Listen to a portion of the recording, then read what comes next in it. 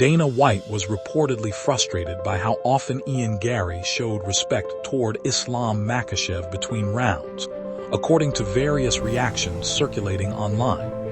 I felt like, I think that Ian is a talented guy. If he had even an ounce of killer instinct in that fifth round, he had been beating him to the body. Islam's whole, I think, right side was beat up. His face was beat up. You don't come out and hug and shake hands in the fight. That shit drives me fucking crazy when there's so much at stake. And there's also, a lot of mental, gamesmanship, whatever you want to call it in this game. You come out in that fifth round with a flying knee or something crazy and you try to finish the fight. I think that this is one of those fights that Ian will go back and watch and say, fuck, wish I could do that over again. Some believe this behavior took away from the intensity fans typically expect inside the Octagon. Before the fight, he goes over and shakes, all the corners' hands and all that stuff. It's great, but when that fucking bell rings, you gotta switch.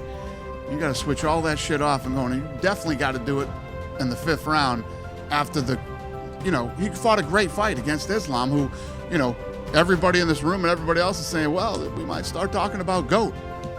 You don't go shake the fucking GOAT's hand going into the fifth round. You come out to fucking annihilate him. I mean, that just has to be your mindset,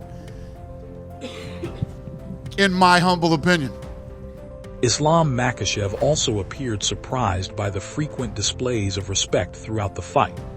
In his view, fans come to watch a competitive contest, and repeatedly pausing to acknowledge an opponent felt unusual in such a high-stakes matchup. It seems like between every round, Ian was saying something to you, kind of trying to give you a hug, touching you on the head. Beginning of the fifth round, he high-fived you. Dana White said he hates that. He wished you guys would just... Bro, honestly, I don't understand, man. This is the fight. This is not something we have to, hug each other every round, We're going to war to broke the face, to broke the eye, That's why I respect all my opponents. But Ian, I don't know, he respect too much. Since UFC 330 concluded, the MMA community has been engaged in ongoing debate about how the fight actually played out. That's how I felt. But on the Islam side, Islam went out, it's the complete opposite now, against a bigger, strong, rangy guy who has good takedown defense, controlled him, shut him down. I don't know if he was in his head, and Ian felt like he had to come out and shake hands in the fifth round or whatever, but, Islam did exactly what he needed to do to win that fight. Islam, here. Congratulations, you did it, the 17th straight win. It was a tough fight to get there, but how good do you feel right now, having accomplished what no one else in the history of our sport has ever done before? I feel happy, thanks so much. Feel happy. Hard fight. It's good fight, good opponent. And now it's no more Anderson Silva, Islam Makhachev record. I like this. In my night, I feel great. I did great. Islam was just better to me than me tonight, and that's okay. I want everybody who loves me and supports me and wants to see me do better. I want you to know that I'm going to be back. I'm not disheartened by this. I'm bulletproof in my mind.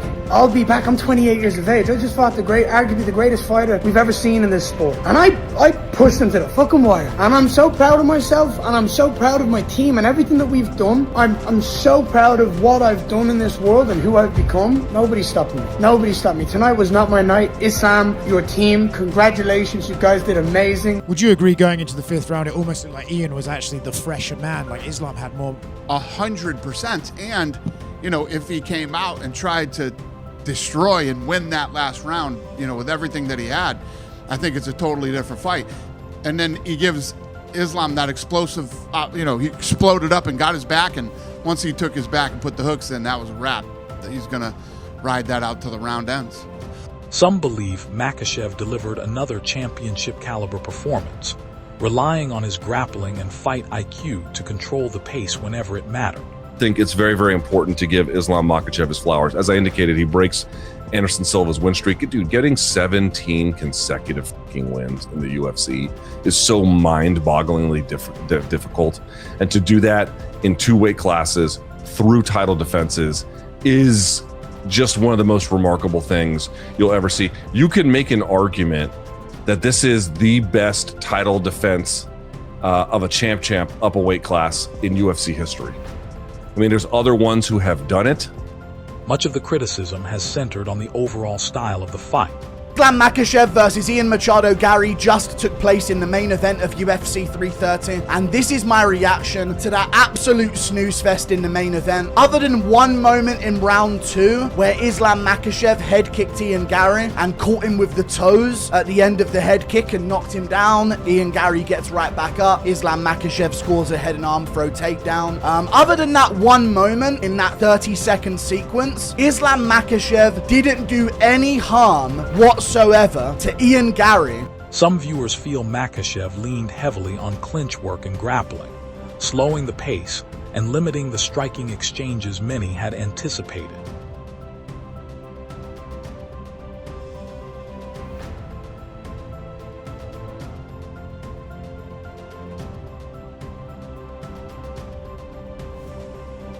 Fuck, dude. He landed a head kick in round 2, and other than that, he did nothing! For 20 minutes! He did fucking nothing! That's the truth! 0!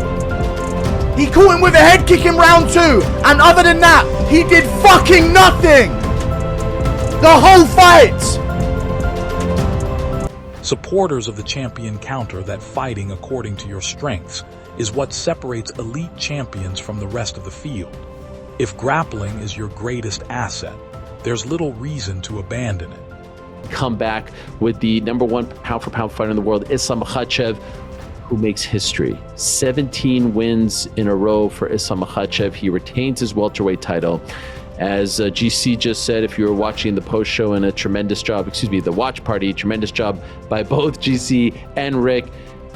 A, for the watch party, but B, for actually doing it in those outfits for the entire time. I mean, the dedication to the bit.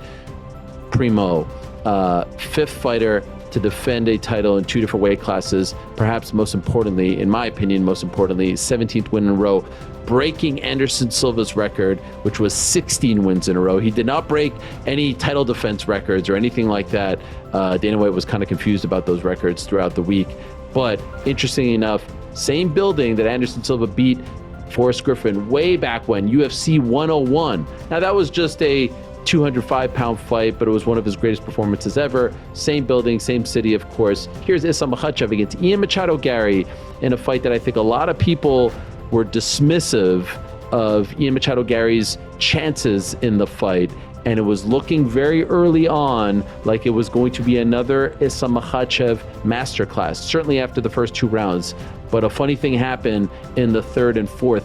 Machado Garry got his confidence, figured out how to stand and trade with him, was defending takedowns. Islam was pretty much at about 50% throughout, and even when he did take him down, wasn't inflicting much damage. 4th round, going to be very interesting to see how that was scored. Now, ultimately, 2 judges gave it 49-46, 1 48-47. I suspect those judges who gave it 49-46 for Ian had that 4th round for Islam.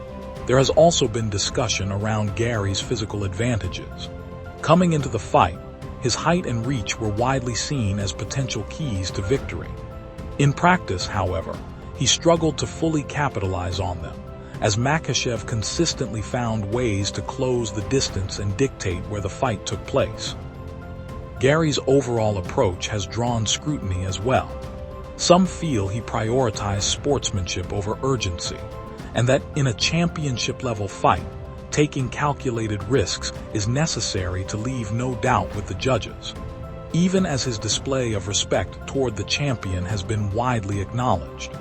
Really tested in ways that we haven't seen him tested before. I mean, it was a difficult fight, although he won by, a good margin, a healthy margin.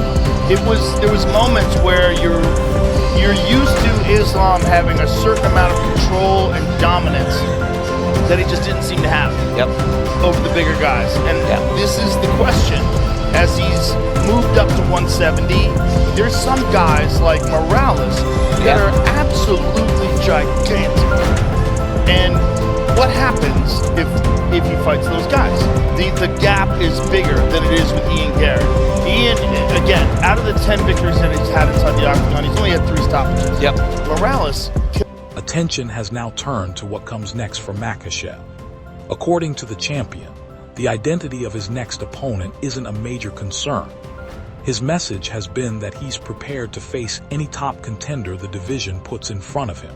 And just last for me, there's like videos of Carlos Prates and Michael Morales backstage arguing about who should get the title shot against you next, and they both want it. They both think they deserve it. How do you feel? I don't know who I want to choose, no matter who is them. Maybe let them fight. Why they not fight in this card to see who is the #1 contender, But it's okay. I'm happy we have some real contenders in this division. And these guys, Morales, Prates, Shavkat, they make me like training every day more hard. But because I see this is the real fighters who can give me good fights. He has also indicated there's a real possibility of returning to the Octagon before Ramadan next year, which would put another significant matchup on the horizon relatively soon. And lastly for me, Ramadan is in February next year. I know you'd like to avoid, having a fight lined up for that. Are you looking to be able to fight 2 times next year after Ramadan? Bro, we have to fight before Ramadan, 100%. Before Ramadan? Oh. You're shooting for January? Of course. January, end of the year. We have to fight. Even the end of this year? Yeah. How did you score this fight? Did Makhachev deliver a dominant performance, or did Garry do enough to shift the conversation? And who would you like to see Makhachev face next? Share your thoughts in the comments below.